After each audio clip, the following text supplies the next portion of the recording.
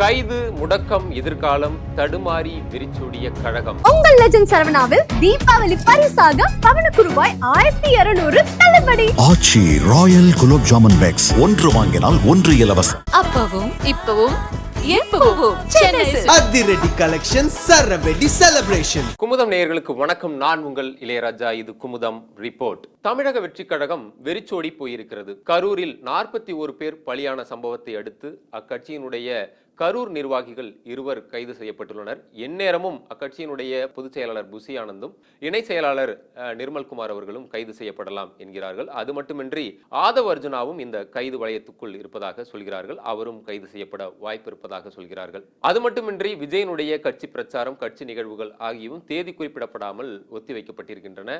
இது மட்டுமின்றி இங்கு நடைபெற்றுக் கொண்டிருக்கக்கூடிய மொத்த காட்சிகளையும் கண்கொத்தி பாம்பாக கவனித்து வருகிறது டெல்லி.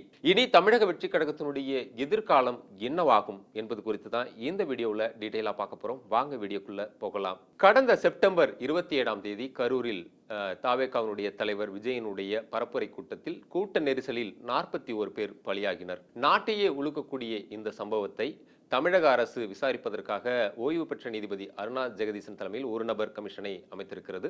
அது மட்டுமின்றி மத்திய அரசும் 8 பேர் கொண்ட எம்பிக்கள் குழுவை கரூருக்கு அனுப்பி விசாரணை நடத்தியது. இது ஒரு புறம் என்றால், இதில் சம்பந்தப்பட்ட தாவேகாவினரோ இதை விசாரிக்க சிபிஐ தான் விசாரிக்க வேண்டும் என்று நீதிமன்றத்திற்கு படியேறினார்கள். தங்களுக்கு முன்ஜாமீன் வழங்க வேண்டும் என்று புசி ஆனந்த், நிர்மல்குமார் போன்றவர்களும் நீதிமன்றத்தில் முறையிட்டார்கள். ஆனால் தற்போது அந்த முறையீடுகள், கோரிக்கைகள் எல்லாம் உயர்நீதிமன்றம் தள்ளுபடி செய்திருக்கிறது. பரவும் பரபர தகவல்கள்.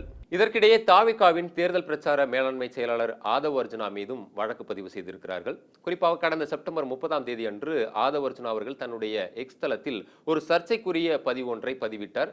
ஆனாலும் அதை சில நிமிடங்களிலேயே அவர் நீக்கிவிட்டார். இருந்தாலும் அதனை ஸ்கிரீன்ஷாட் எடுத்த சிலர் அதனை மேலும் பரப்பி வருகின்றனர். இந்நிலையில் அவர் பதிவிட்ட கருத்து தேசிய இறையாண்மைக்கு எதிராக இருப்பதாக குற்றச்சாட்டு எழுந்தது.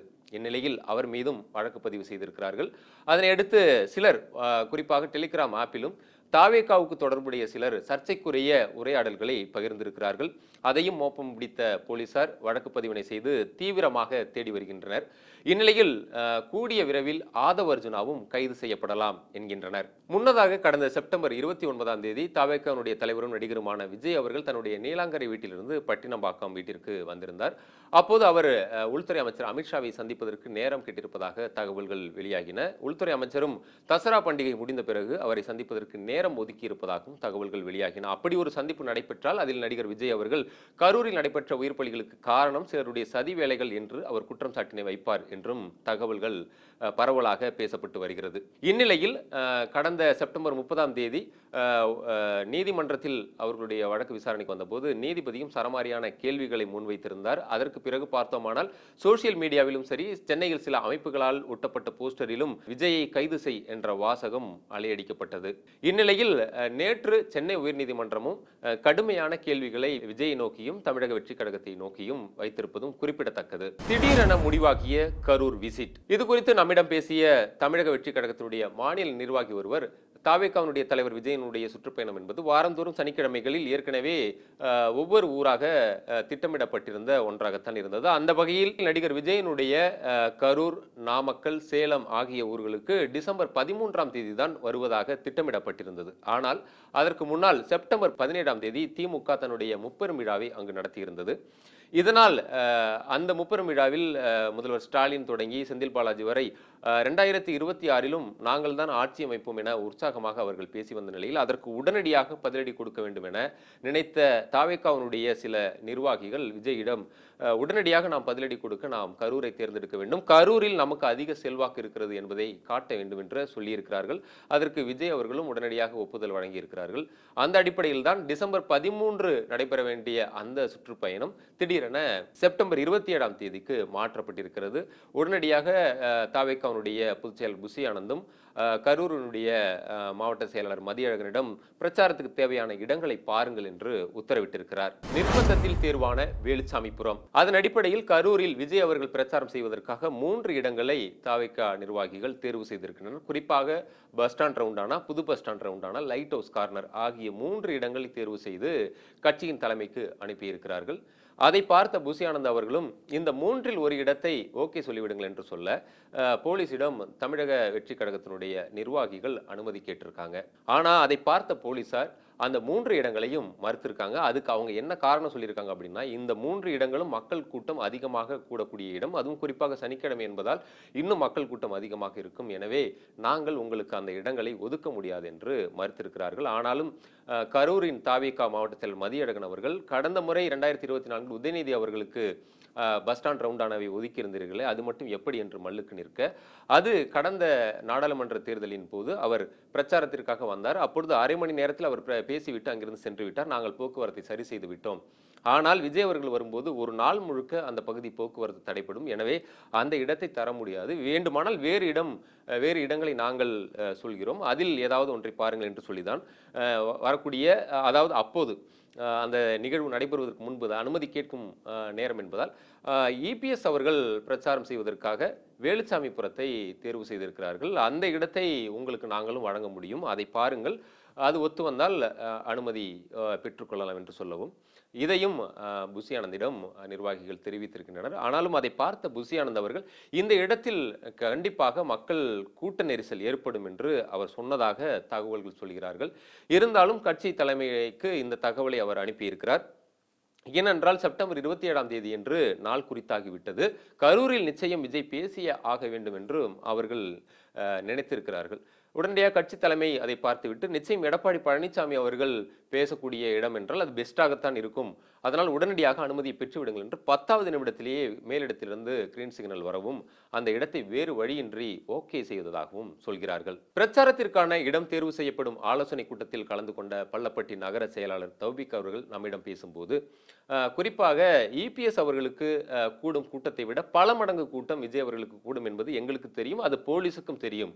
ஆனாலும் வேறு ஒரு இடத்தை அவர்கள் ஒதுக்கப் போவதில்லை. குறிப்பாக வேறு ஒரு தேதியை மாற்றினாலோ வேறு ஒரு இடத்தை அப்போது கேட்டால் கூட அவர்கள் தரப்போவதில்லை என்பதால் இருக்கும் இடத்தில் இதுதான் பெஸ்ட் என்று தோன்றியதால் அப்போது வேறு வழியின்றி இந்த இடத்தை தேர்ந்தெடுத்து விட்டோம் என்று நம்மிடம் தெரிவித்தார். கைது நடவடிக்கை. இதற்கிடையே சம்பவத்துக்கு விஜய் தான் காரணம், எனவே அவரை கைது செய்ய வேண்டும் என்றும் உயர்நீதிமன்றம் வகுத்துள்ள விதிமுறைகளை அக்கட்சியினர் பின்பற்றவில்லை, எனவே தாவேகாவை தடை செய்ய வேண்டும் என்றும் வாதங்களும் வலுத்து வரும் நிலையில் சட்ட ரீதியாக விஜய்க்கும் தாவேகா கட்சிக்கும் என்ன மாதிரியான சிக்கல்கள் இருக்கிறது என்பதை கேட்டறிய நாம் நீலகிரியை சேர்ந்த மூத்த வழக்கறிஞர் விஜயன் அவர்களை தொடர்பு கொண்டு அவரிடம் கேட்டபோது சட்ட ரீதியாக விஜய் அவர்களை கைது செய்யக்கூடிய முகாந்திரம் கண்டிப்பாக இருக்கிறது. ஏனென்றால் புஷ்பா 2 திரைப்படத்தின் போது நடிகர் அல்லு அர்ஜுன் அவர்கள் நாளை நான் திரையரங்கத்திற்கு வருகிறேன், உங்களை எல்லாம் சந்திக்க போகிறேன் என்று எல்லாம் அவர் அறிவிக்கவில்லை. இருந்தாலும் அப்பொழுது நடந்த அந்த சம்பவத்தின் போது அல்லு அர்ஜுன் அவர்கள் கைது செய்யப்பட்டார். ஆனால் இந்த கரூர் சம்பவத்தை நாம் பார்க்கும்போது நடிகர் விஜய் அவர்கள், தமிழக வெற்றி கழகத்தினுடைய தலைவர் விஜய் அவர்கள், நான் கரூரில் இந்த இடத்தில் இத்தனை மணிக்கு பேச போகிறேன் என்று அறிவித்துள்ளார். எனவே அதனால் தான் அந்த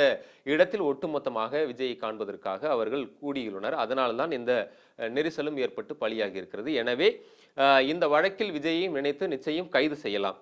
ஆனால் அரசியல் ரீதியாக பார்த்தால் அப்படி ஆட்சியாளர்கள் செய்வார்களா என்பது கேள்விக்குறிதான். ஏனென்றால் விஜயை அப்படி கைது செய்துவிட்டால் அது பரிதாப அலையாக மாறி மேலும் விஜய்க்கு அது செல்வாக்கை உயர்த்திவிடும் என்பதால் அதை ஆட்சியாளர்கள் கண்டிப்பாக செய்ய தயங்குவார்கள் என்றும் நம்மிடம் தெரிவித்தார். சட்டத்தில் இடமில்லை. இது குறித்து மதுரை உயர்நீதிமன்ற மூத்த வழக்கறிஞர் பாஸ்கர் மதுரத்திடம் பேசிய போது இதில் சட்ட ரீதியாக விஜய் மீது வழக்கு பதிய முடியாது என்று தெரிவித்தார். அதற்கு காரணமாக ஜெயலலிதா அவர்கள் பங்கு பெற்ற கும்பகோணம் மகாமகத்தில் 60 பேர் இறந்து போனார்கள். அப்போது ஜே மீது வழக்கு பதிந்தார்களா? இல்லையே. அதுபோல தூத்துக்குடி பரமக்குடி துப்பாக்கி சூட்டில் போதும் எந்த ஒரு அரசியல் கட்சி தலைவர்கள் மீதும் வழக்கு பதியவில்லையே. அப்படித்தான் இதிலும் நடிகர் விஜய் அவர்கள் மீது வழக்கு பதிவு செய்ய முடியாது. வேண்டுமானால் அந்த நிகழ்ச்சிக்கு அனுமதி கேட்டிருந்த மாவட்ட செயலாளர்கள், நிகழ்ச்சி ஏற்பாட்டாளர்கள் மீது வழக்கு பதியலாமே தவிர விஜய் மீது வழக்கு பதிந்தால் அது வெறும் அரசியல் விளம்பரமாக மட்டுமாகத்தான் இருக்கும். அப்படி பதிந்தாலும் வழக்கு நிற்காது என்று தெரிவித்தவர், இது போன்ற சம்பவங்களில்